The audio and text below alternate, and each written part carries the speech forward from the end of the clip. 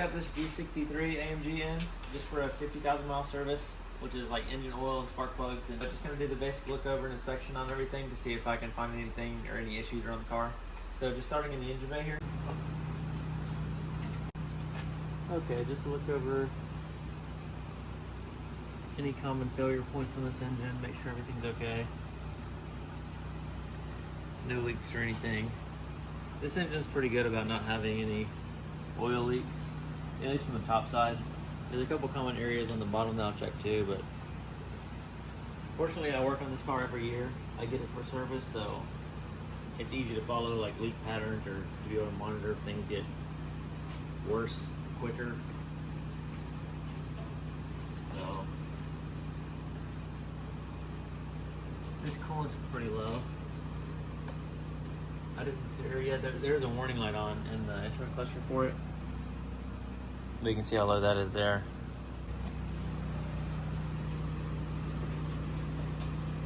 I don't see anything else. The whole top of the engine looks great. Nothing's out of place.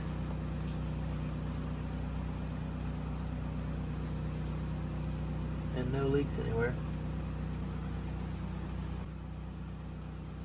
There is a tiny leak forming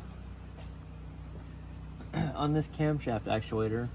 This little green guy down there, the top of that. So you can see some oil trace coming down underneath it. See that down there? So it's one right underneath this. See that yellowy like? So there's a tiny bit of oil here coming out from the O-ring that seals this camshaft actuator to the valve cover. It's not dripping off by any means, but it's definitely liquid oil. So that may be worth addressing at some point in the future. It's just that one, oddly. But like I said, it's not dripping off or anything, but it's definitely starting to come out. Okay, let's see what it looks like from underneath. Okay, so just got it up in the air. Just gonna go over everything. Check it all out under here. Start with the suspension. Thought that was a grease leak. It's raining outside, so some of the stuff is still wet and it's throwing me off. That's just all water. The axle boots look okay. All these boots look good. No tears on the upper ball joint or nothing. Oh, these brake pads are getting pretty low. This is the outside brake pad. They're probably at 25%, I would say. This inner one's thinner than the outside one. Let's see what these look like. Oh, that one's even low. Oh, no, never mind. That's low. No, that needs brakes. Let's see. You can't even really see the pad material. It's between those two cracks. It's how much pad there isn't left. Tire tread looks good. Let's see if I can get a good angle on the outside one. And the outside one's thicker than the inside one. But no, that's definitely low. That's, I don't know, that's by, gosh, maybe 3 millimeters? 2.8, 2.9 millimeters. The pad wear sensor is on the outside pad, which makes sense. If it was on the inside sensor, it'd be going off right now and there'd be a warning in the instrument cluster, because that is lower than what would wear through the wear sensor. Everything else looks good. Axle boots. Front axle, no diff leaks or anything. All good. The engine looks fine. I don't see anything down here.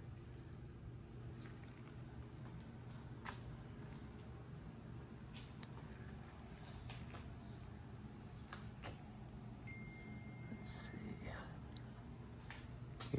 Yep. No concerns whatsoever. Nothing broken or out of place. I don't see any fluid leaking anywhere. Transmission looks fine as well. The front drive shaft. No leaks in it. It's not slinging axle grease or anything. The transfer case looks fine. Transmission mount is healthy. I don't see anything. Rear drive shaft is good. The rear suspension on these things are so crude, there's barely anything to check, honestly. Make sure the shock isn't leaking, which all that's just water. It's not. These bushings never tear on these things. At least in this year, 2025. If you're watching this in 2040, it's not really fair.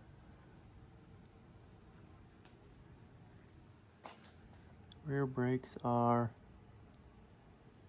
getting there. They might be like halfway. Let's see.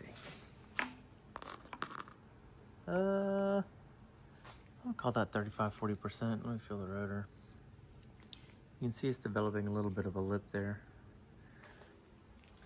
compared to the front.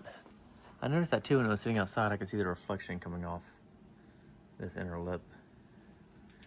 You can see what I'm talking about. It's extra shiny on the very edge, inside edge and outside edge, because the pad is just fractionally smaller than the ring of the rotor. So you'll get like that wear pattern on it. No bubbles on any of the tires either. That looks good. No differential leaks. It's getting a differential service, so I'll be taking out these plugs to do that in just a minute. Brakes on this side. I probably will look at these inside pads with a mirror just to get a good eye on them. I can see a good chunk of it there, and it's pretty thick. I'd say they're probably good till next service next year. This is going to be this car's first set of brakes, so that's pretty good for the fronts to last as long as they did. Oh, that inside, I mean, this pad's actually a bit low. Let me see if I can get a good angle on that. There it is. Yeah, rears are getting there as well. Okay, you can see here I have this is the 4mm brake gauge, and it's not fitting. So that was the 4mm I was using, and then one below the 4 is 3, which is obviously in the red. Anything below 4 is considered worn out. So it's not 4, so it's something below 4. Might be 3.9, 3.8 or something, but it's definitely in the red on the rears too, just barely. And that's the lowest pad, so the others are probably 4 or 5.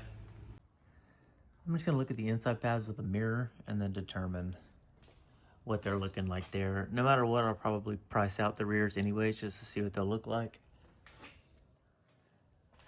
The wear sensor's on this inside pad, so it may be going off before another 10,000 miles for the next service. Yep. So other than that, everything looks fine. No issues whatsoever. No leaks or tears or damages anywhere, just worn out brakes. That's good. I can continue with the service and price that out. Okay, I was just doing the spark plugs on this guy and found another leak here. I've seen this a couple times before. It's the valve cover, the sealant on the inside edge here. You can see how it's kind of gummy there and like catching some dirt and everything. Not too bad, right? Just like a little oil mist. But then this one, whenever you pull the ignition coil out, it's covered in oil. So it's leaking pretty bad. You can see how much oil is down in there, leaking out of the valve cover seal, and it's sealant too, so you have to take apart like the top half of the engine to get this thing off. It's a structural part of the engine. That's what holds down the camshafts actually, is the valve cover on this car. It's all metal and it doubles as the bearing surface. But that's good. Hopefully we can just get away with doing one side. I'll check over there when I have that off, but it'll at least need this side resealed. All right, so just got the other side apart, and it also has the same issue. This is the front coil pack. This will be cylinders 1 and 2. You can see there's oil dripping all the way down and all the way to the spark plug. This one too. Got gooey oil residue all over it. So, where's my flashlight?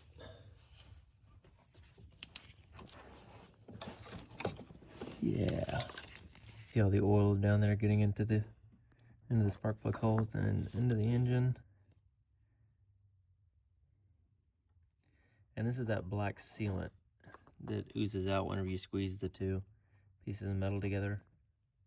And that's the sealant that's leaking.